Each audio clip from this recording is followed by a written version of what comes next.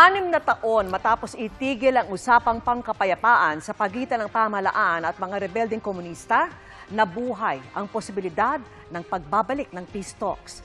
Mismong gobyerno at ang legal front ng mga rebelde ang nag-anunsyo niyan. At nakatutok sina Rafi Tima at Ivan Mayrina. Hiwalay pero halos sabay ang anunsyo ng Malacanang at National Democratic Front of the Philippines o NDFP. May pinirmahan silang joint statement para sa pagbabalik ng usapang pangkapayapaan. Nangyari yan itong November 23 sa Oslo, Norway. 4 na taon matapos ipatigil ni dating Pangulong Rodrigo Duterte ang peace talks sa CPP-NP-NDF noong 2019. 5 dekada at iba't ibang administrasyon na ang nakipag-peace talks sa mga rebeldeng komunista.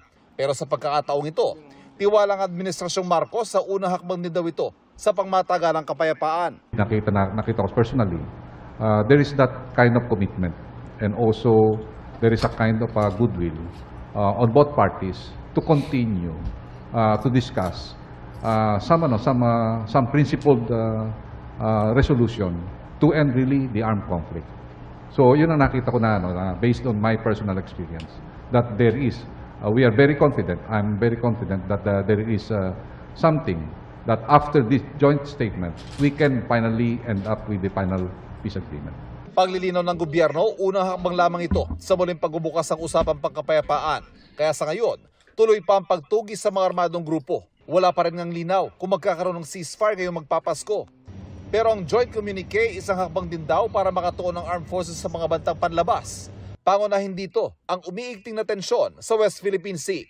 If this conflict will finally end, your armed forces of the Philippines will be able to shift our focus to external or territorial defense.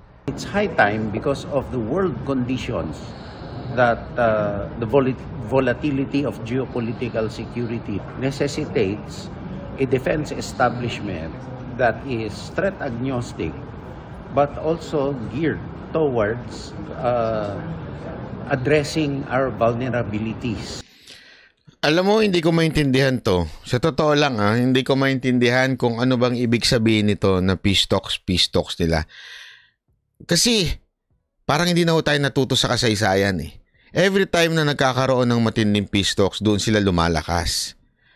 Tapos, ang dating nitong mga opisyal ng gobyerno natin, it's like ending the NPA. First of all, pasensya na medyo sa mga opisyal ng gobyerno natin magkokomento lang kung hindi maganda sa pautot nyong yan. Dapat instead of peace talks, total surrender.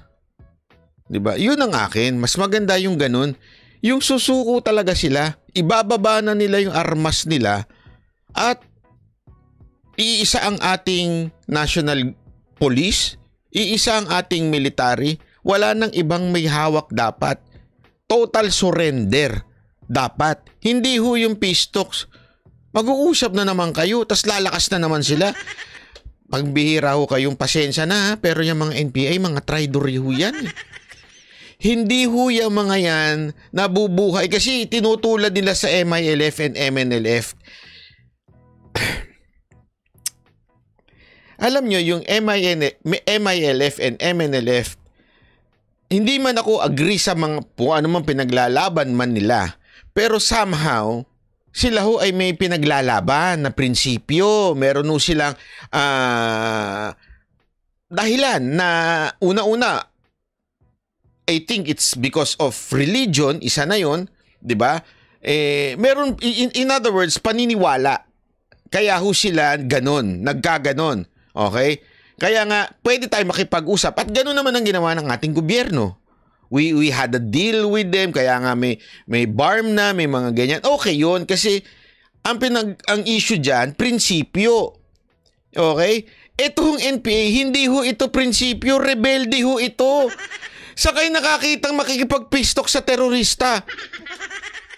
Ano man ang gobyerno to? Kung sino man ang may idea niyan, I really do not understand. Ito ikumpara na lang natin kay Tebes ito. Si Tebes, hindi pa nga convicted tinawag nyo ng terorista. Etong NPA, napakarami ng proven na ginawang crime nito against humanity. Hindi lang pumatay, nanggahasa pa at kung ano-ano pang pinagagawa sa ating kababayan. Tapos peace talks, anong katarantaduhan yun? Dapat panagutin. Parang ganun pala ibig nyo sabihin. So pwede magrebelde, pwedeng gumawa ng katarantaduhan. Tapos suko na lang, peace talks na lang tayo pagka okay na.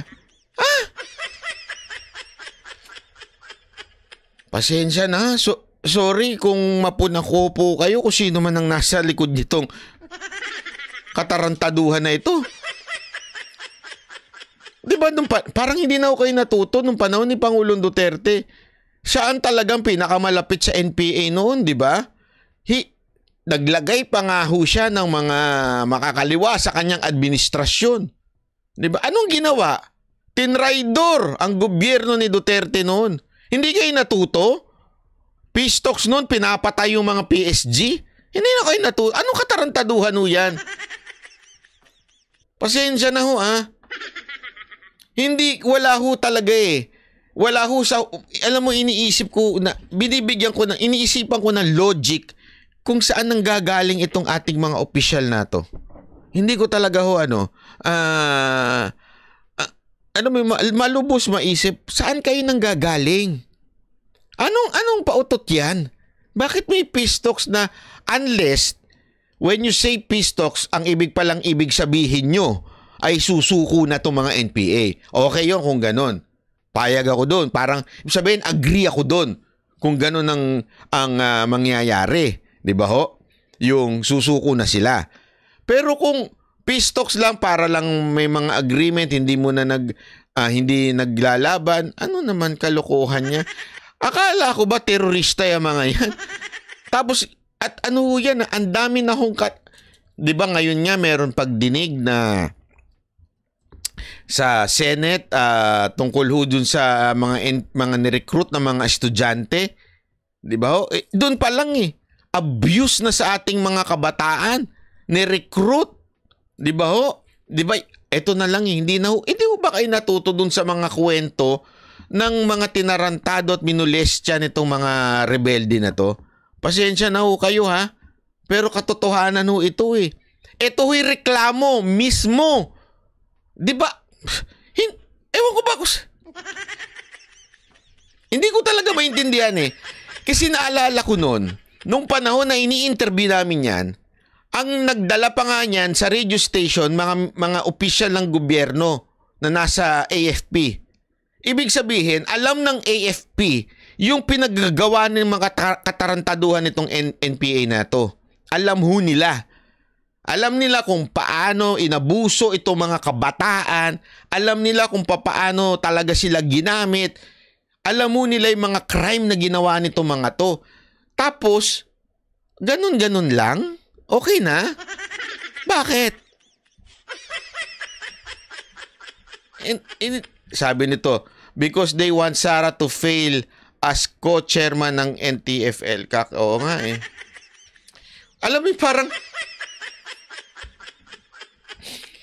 parang sinayang ninyo yung 6 na taon na pinahina ni Pangulong Duterte ang NPA. Humina na nga di ba? Sabi nyo nga, 2,000 na lang ang natitira. Di, pulbusin nyo na. Hanggang sumuko na silang lahat. Tapos, wala nang peace talk. Tapos na. Peace talk, tapos na nga Sino pa ipi-peace talk? Sino bang kakausapin? Ngayon, bibigyan nyo na naman ng tsansa. Pag sinimulan nyo yung peace talks na yan, mag-reinforce na naman sila. Ewan ko nga kung agree ang mga sundalo dito Kasi as far as I know, nung mga panahon na yun, tuwang-tuwa sila. At actually, di pala, ganito. Ayaw na ayaw nila ang peace talks noong panahon ni Pangulong Duterte. Marami ako nakakausap noon.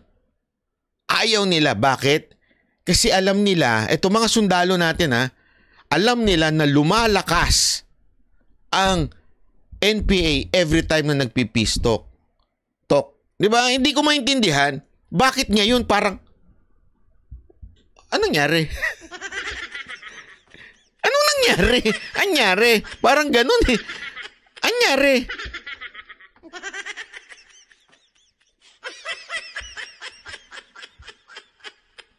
Sinong nakapasok sa gobyerno na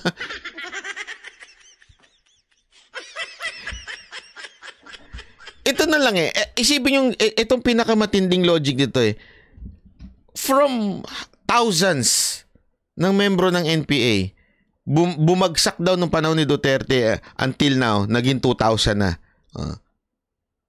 Tapos bigla nyong sige na, mag-usap na tayo ng pangkapayapaan. Paubos na nga sila, bakit pa kayo mag-uusap?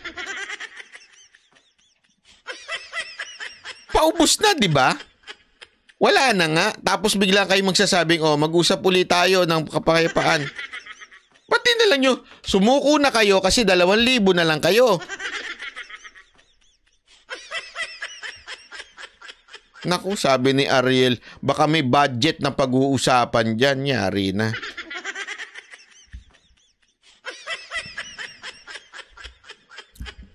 Anak ng pistok ko ito. Ano ba ito? Isda? Pag-usapan natin yung mga isda, ganon? Need ng budget sa pistoks. Nako, yun.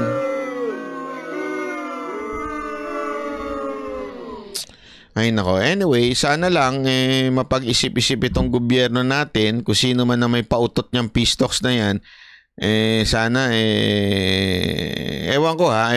Kasi iba-iba kasi minsan yung statement Iba yung statement ni Marcos, yung presidente, tapos iba yung ginagawa ng nasa baba. Hindi ko nga alam kung hindi alam ni Marcos yung ginagawa sa baba o baka naman alam ni Marcos, iba lang yung sinasabi niya. Hindi ko maintindihan kung ano talaga ang totoo doon di ba?